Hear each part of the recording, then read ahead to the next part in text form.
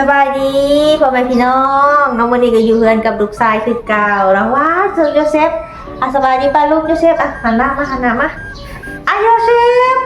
พุ่งว้ายโชว์พุ่งไงโชว์พุ่งโชว์พุ่งป้าลูกมึงแฮวจ้ะโอ้ยิ้มหวานแท้นี่ยิ้มหวานยิ้มหวานจ้ามื้อนี้อากาศหนาวแล้วพี่น้องน้องมื้อนี้ก็บ่ได้พาน้องเพิ่นออกไปใส่เนาะก็อยู่ในเพื่อนเนาะแต่ก็สิหกๆแน่งอแงแน่นะเพิ่นตื่นนอนใหม่ก็หิวนมก็อยู่เพื่อนนะมันก็สิมืดๆเนี่ยเพราะว่าถ้าเปิดประตูก็ลมโยเซฟจะครบ3เดือนแล้วเนาะอีก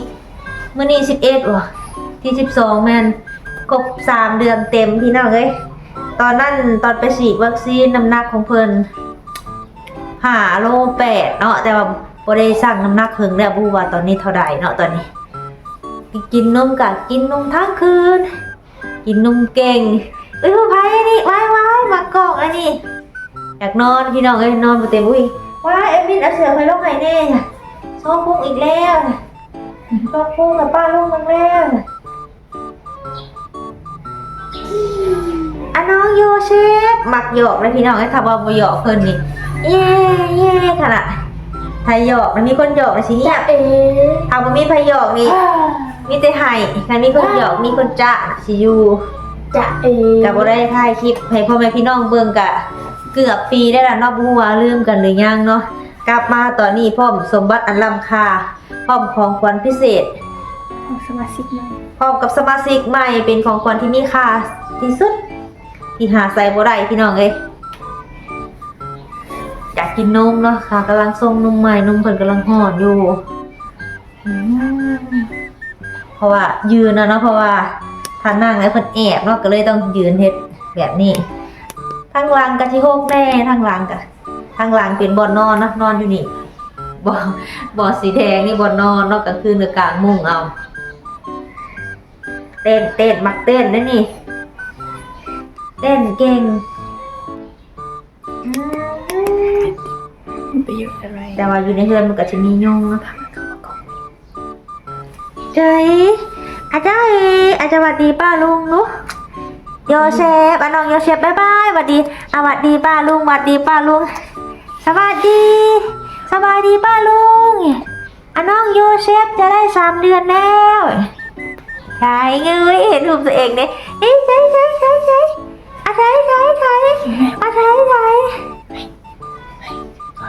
คือไผพี่น้องคือแม่หรือคือพ่อพี่น้องหน้าตาว้ายจำบ่บ่ถอดหมวกออกเม่นข่อยหัวล้านข่อยบ่ถอดได้ค่ะเสียรอว่าได้จากความลับแต่ถอดหมวกนะครับผุนไผตรงนี้ใครนี่หานี่ใช่สบายดีคุณลุงเบิ่งนู้ถ้าลุงเบิ่งนู้สบายดีเอาว่าใครบอกมือไปหยอกนี่มือไอ้มินมาเขากล้องน้ำกันนะใช่ข่อยบ่มีมูว้ายน้องโยเซฟบ่ได้บ่หากมารายงานตัวเนาะทุกคนน้องโยเซฟเนาะมื้อนี้เนาะมื้อนี้เราว่างเนาะก็เลยมาคุยกับพ่อแม่พี่น้องเนาะอัดคลิปลืมเลยเนาะมาตอนนี้มาพร้อมกับลูกชายพี่น้องเอ้ยกะโดนแล้วเนาะบ่มีเวลาอัดคลิปเพราะว่ากะอยากงานไปถ่ายคลิปคือแต่เก่าก็บ่ค่อยได้ไปเนาะพอตกมาปี2026กะโอ้พี่น้องเอ้ยญาติเวลากินข้าวเนาะว้ายเสือคือโซพุงแท้นี่ดึงให้แน่ซื้อเสือเมื่อวานนี่พี่น้องซื้อชุดใหม่เมื่อวานนี่หมวกใหม่เสือใหม่เพิ่นก็ดีใจเต้นดองเพราะว่าบ่ค่อยมีเสือนะคะก็ซื้อเสือให้เก็บเสืออ้ายเสือน้องเพิ่นมาใส่ก็ได้เสือใหม่3 ชุดนี่สีเหลืองไปซื้อให้เมื่อวานนี่หมวกก็ใหม่เสือก็ใหม่อยากนอนแล้วบ่ลูกคนน้อยอยากนอนแล้วได้คนน้อยอยากนั่งเลยนี่มินคนน้อยอยากนั่งว้าตอนนี้มานั่งแล้วนี่เพิ่นมักยืนนะพี่น้องเอ้ยแข็งดีบ่ทุกคนนี่3 เดือนเนาะแต่ว่าอีกมื้ออื่นเนาะแม่น3 เดือนเต็มเนาะแต่ว่าเพิ่นมักยืนขนาดเริ่มโตแข็งตั้งแต่มือแรกเนาะแบบว่าเวลาจับอาบน้ำนี่เพิ่นครึ่งคอได้เนาะแต่ว่ายังบ่ได้นอนขวับพี่น้องเอ้ยเพราะว่า ลองจับเพิ่นขวามแล้วเพิ่นหายเนาะก็เลยปล่อยไปก่อนเพราะว่าเพิ่นเมื่อยแล้วพี่น้องเนาะให้เพิ่นพักผ่อนก่อนถ้าว่าเฮาเฮ็ดเฮาแอบไลฟ์แอบเพิ่นขวามเพิ่นยังเพิ่นบ่หายเนาะเฮาก็สิบ่ได้พักผ่อนก็เลยแบบ จะ เอาปล่อยไปตามนั่นก่อนให้คอยเป็นคอยไปใจเอ้ยเป็นไหนมากล้องดูบ่ไปนะแนวกล้องใจอะโยเซฟชื่อโยเซฟเนาะทุกคนชื่อนี่พี่น้องว่าจังใดเนาะหรือว่าชื่อถ้า FC คนใดเนาะมักชื่อใดก็ลองคอมเมนต์เข้ามาเนาะแบบชื่อที่แบบว่าคล้ายกับแม่หรือว่าจังใดเนาะเพราะว่าทางสาวบุญหลายก็บ่ฮู้ว่าสิตั้งชื่อเพิ่นจังใดเนาะพี่น้องเนาะชื่อโยเซฟพี่น้องเอ้ยหรือว่ามีชื่อใดที่เหมาะสมเนาะก็คอมเมนต์กันเข้ามาเด้อเนาะสิได้ตั้งให้บ่ฮู้เนาะตอนนี้ก็ยังน้อยอยู่เนาะยังบ่ฮู้ว่าสิได้ซื้อมาอีกหรือบ่เนาะแต่ก่อนก็เอิ้นสกายเนาะ จะสกายแต่บัดนี้เพิ่นก็สิงอแงแน่บัดนี้บ่เข้าผู้แก่เพิ่นผู้ฮานเพิ่นก็สิว่าเด็กน้อยเนาะเพราะว่าเฮาก็เป็นคนบ้านนอกบ้านนามันบ่มักซื้อเพิ่นว่าเนาะเปลี่ยนใหม่อ่ะเปลี่ยนก็เปลี่ยนว่ะเปลี่ยนมาตอนนี้จากสกายเนาะเป็นโยเซฟแต่บ่ฮู้ว่าสิได้ซื้อหยังอีกเด้อบาดนี้เอาว่าเอาวัดดีป้าลุงก่อนเอาว้าวเอาวัดดีสบายดีป้าลุงเห็นมือลูกเอ้ยนี่ยกมือเป็นแล้วเลยนี่อุ้ยกินมือโอ้เจ้าหิวข้าวลูกบ่คือหิวข้าวบ่คือหิวนมคนน้อยอยากแมมบ่นี่แมมอ่ะแมมอันนี้ขี้อมไปมินว่าข่อยขี้คุยข่อยบ่ได้ขี้คุยจ้ะข่อยยังใส่เวลาส่วนตัวบ่ค่อยพอจ้ะอันนี้เป็นแยกเนาะทุกคนเอามามัดเพราะอะไรแบบว่าเวลาเพิ่นหายเด็กอุ้มเพิ่นนั่งแบบบางเทื่อก็เอาเพิ่นนอนอันนี้เนาะเอาผ้าปูแล้วก็เอาเพิ่นนอนลงเนาะเพราะว่าอาศัยผู้ใหญ่นั่งนำได้เวลากล่อมแต่ก็นี่นอนคาอูเนาะเพราะว่าเพิ่นงอแงเพิ่นหายต้องได้คาปลาแล้วก็นั่งอูเบิดคืนชัดแจ้งกระสั่นก็หายเบิดคืนหายตั้งแต่3 ทุ่มจนฮอดตี 5เนาะแต่ละมื้อแต่ว่าตอนนี้เริ่มดีขึ้นแล้วพี่น้องเพราะว่าเพิ่นก็จะครบ3 เดือนแล้วเนาะอีกมื้ออื่นก็3 เดือนเต็มไอ้เว้ยกินอีกงอแงว่ะพอเห็นกล้องแล้วดึงเต้นให้ป้าลุงเบิ่งดูว้ายเอามีแต่อย่างนางอันนี้แกงเพิ่นยังครึ่งบ่โดนเนาะแต่ว่าช่วงอยากยืนก็ยืนเก่งดูดแว่ตลอดนะจนเจ็บปากพี่น้องคำเวลาเอาออกมันหายต้องใส่แว่ตลอดกินนมอิ่มก็ต้องได้ดูดแว่ต้องได้ดูดจุกน้ำปลาทัสเอินแว่เนาะดูดจุกเพิ่นเอิ้นก็เลยหายเนาะดูดลายก็เจ็บปากน้ำลายไหลก็งอแงบัดนี้นมเย็นนะบ่นมคนน้อยนี่นมคนน้อยเย็นนะบ่นี่ชงใหม่ๆเราเพลงไงเบิ่งเนาะง่วงนอนแล้วตื่นตั้งแต่นอนใหม่แล้วเนาะนอนใหม่นอนบ่เต็มอิ่มก็งอแงอีกอยู่ในเฮือนนะมันก็สิๆครึมๆแน่อันนี้ก็มันแต่ว่ามีเสียงมาเฮาข้างนอกออกไปข้างนอกลมเนาะแต่ว่าตอนนี้นี่เป็นเดือนมีนาเนาะมีนาเดือนปฏิทินเป็นเดือนมีนาเนาะเดือนสกลแต่ว่าเดือนลาวนี่ก็เป็นเดือน4จะค่ำแล้วมื้อนี้แต่ว่ายังลมเฉยพี่น้องปกตินี่ก็ร้อนเนาะแต่ว่าตกมาปีนี้2026หนาวเฉยเลย3 มื้อดี4 มื้อหนาวอากาศมันเปลี่ยนแปลงเฮ็ดให้คนน้อยก็บ่สบายเนาะเดี๋ยวเป็นหวัดเดี๋ยวเป็นไอก็เลยพาอยู่แต่ในเรือนออกไปถึกแดดถึกลมแบบเพิ่นคุ้มกันเพิ่นบ่มีเนาะเพิ่นสิเป็นหวัดง่ายเด็กน้อยเนาะก็เลยอยู่แต่ในเรือน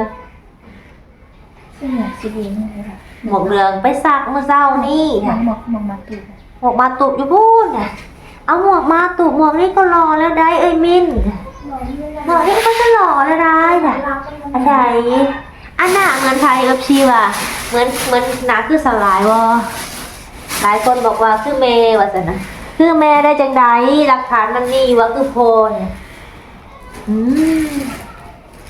อันน้องโยเซฟ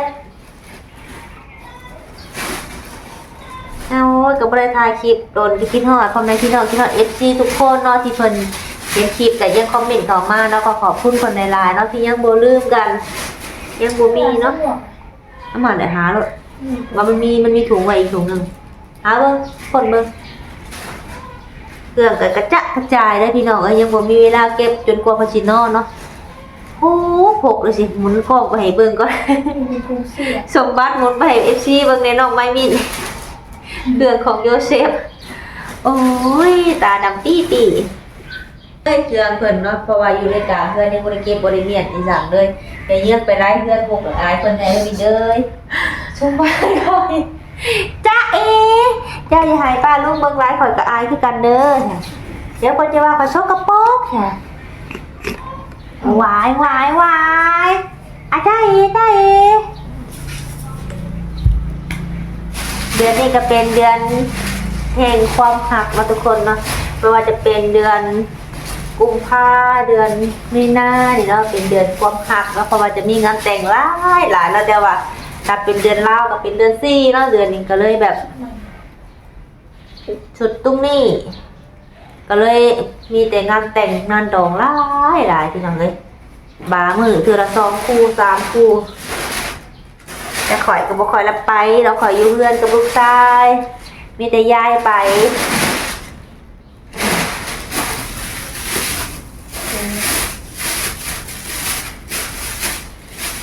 ดองแ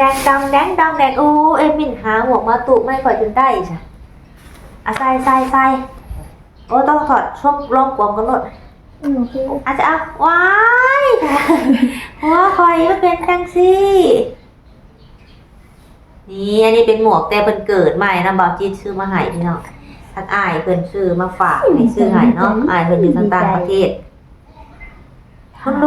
ลุงซื้อให้ไว้ใส่หมวกอันนี้ข่อยมันก็เป็นแนวนี้จ้ะถ้าเป็นจังซี่แล้วจังได๋ว้ายติ๊งอ่ะยืนส่งคือเบี้ยวให้ไอ้นี่ดึงส่งให้ไฟไหม้แน่จ้ะว้ายโอ้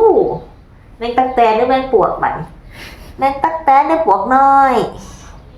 ผู้ใดหายเมื่อคืนไปถาวางมาหยอกเนาะมื้อนี้เนาะไปถาวางมาหยอกผู้ใดหายเมื่อคืนนี่ไปถาวางมาหยอกไปถาวางมามื้อนี้ไปถาวางค่ายิบสินบ่มื้อนี้บ่มีไผมาเด่นนำโยเชฟเลยโยเชฟมักหมู่เวลามีนิหมู่หรือว่าเด็กน้อยรุ่นอ้ายหยอกแล้วโอ้โหอารมณ์ดีเนาะเพราะว่าเด็กน้อยเวลาเจอกันก็มันสิเด็กน้อยเห็นเด็กน้อยก็สิฮู้เพิ่นก็มีอารมณ์แบบอารมณ์ดีแต่มีแต่ผู้ใหญ่ก็มื้อนี้อ้ายบัดไปโรงเรียนยังบ่ขึ้นมายังบ่ถึงเวลาจ้าเอ ยังบ่ถึงเวลาเอาออกตั้งนมหนึ่งมาสิเป็นเพื่อนอุ่นหรือบอกเอาตั้งนมเย็นแล้วยังกินได้บ่ชิมบ่อุ้ยเย็น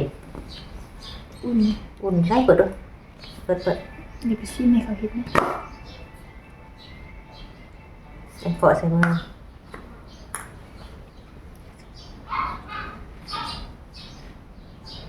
ไม่รู้สึกเลยมันต้องซีมให้ดูตัวอย่างน้องยังบุญจากกล่องอาจารย์ยังบุญใช่คนน้อยมาฟังรำฟังเพลงเวลาเปิดนี่กะโอ้ยแนมหน้าแม่เวลาของเพลงนี่กะกึกกักแต่ว่าเพิ่นเป็นสิขยือเนาะเดี๋ยวเขาไม่ใกล้เองก็กินเวลา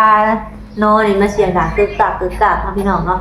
แต่ก็เคยไปหาหมอเพิ่นก็แนะนำว่าให้ท่าอีหยังท่าบิ๊กที่กลางหลังเนาะท่าแบบสิเนาะแต่ก็เคาะแต่ก็เฮ็ดอยู่พี่น้องแต่ก็เฮ็ดบ่โดนดอกไห้เนาะก็เลยยาเนาะเฮ็ดเวลาทาลูบเลยเคาะหรือว่าเอาใดเป่าผมเป่าให้น้ำลายสิ่งเนี้ยมันละลายเนาะแต่ก็ซื้อยามากินช่วงนึงก็กิน2-3 มื้อก็ยังคือเก่าก็เลยยาคิดว่าบัดเพิ่นใหญ่ก็คือสิหายเองโยเชฟจิ้มได้มั้ยน้องอันยิ้มให้ป้าลุงเบิ่งลูกยิ้มตาคาย FC ดูลูกใช่โอ้มีแต่ก้มหน้าเนาะ โอ้หมวกบังตาเจ้าบ่ลูกบ่หืมเบิ่งกล้องเนมกล้องใช่ไปจ๊ะเอ๋ไปใช่อุ้ยจุยคนหน่อยอีกองค์คนน้อยบ่ยิ้มเลยบ่มีหมู่หยอกแล้วบ่ยิ้มเลยหืม จะเอ๋ เพิ่นเอิ้นมินจ๊ะเอ๋ ใจ อย่าอันนี้อยู่เอ้ยกันมีผู้หยอกด้วยหัวกันมีผู้หยอกบ่ให้เด็กก็มีแต่ก้มหน้าใช่บ่แม่นองค์อย่าคอยบ่อยากยิ้มบ่แม่นองค์นี้ค่ะ จะเอ๋อย่าสิอย่าสิ ไปมินมักหมกนี่พี่เทยคนใส่หมกนี่